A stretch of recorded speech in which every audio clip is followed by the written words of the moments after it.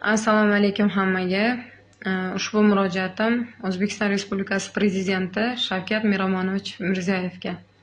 Hurmatli Prezidentim, siz siyosat tepasiga kelganingizda eng birinchi amalga oshirgan ishlaringizdan biri ayollar haq-huquqlarini himoya qilish bo'ldi.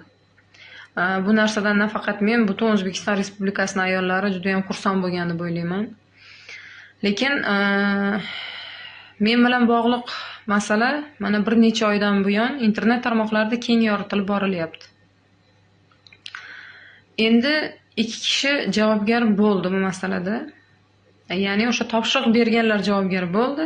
Endi buni bajarganlarni javobgar qilish masalasi oldinga surilganda nimagadir internetda siz aytayotgan ayollarga nisbatan zo'ravonlik holatini ruhiy holati aks etgan holatlar keng tarqala boshladi. Ya'ni kimdir kelib kimnidir urib zo'ravonlik ishlatilishiga qarshi bo'layotgan davlatda ruhiy holatda zo'ravonlik ishlatilinyapti, ya'ni menga nisbatan. Buni quyidagicha izohlayman. Ya'ni o'sha 9 kishiga nisbatan endi sud ajrim chiqardi deganimdan keyin urushdan keyingi qahramonlar ko'paya boshladi.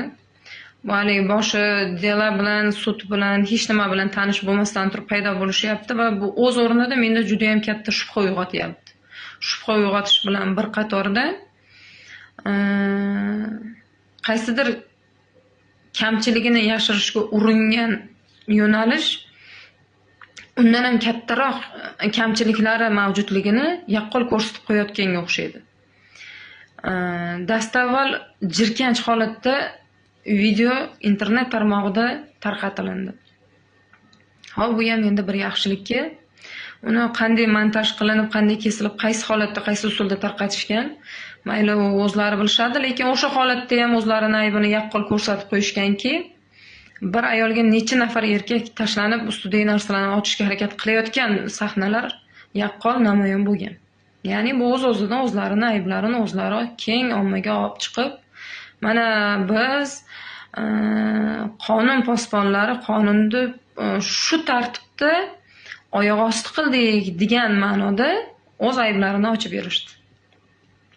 Undan keyin internetga telefonda suhbat deb turib, nimani suhbati qo'yildi, matbuot kotibining suhbati qo'yildi.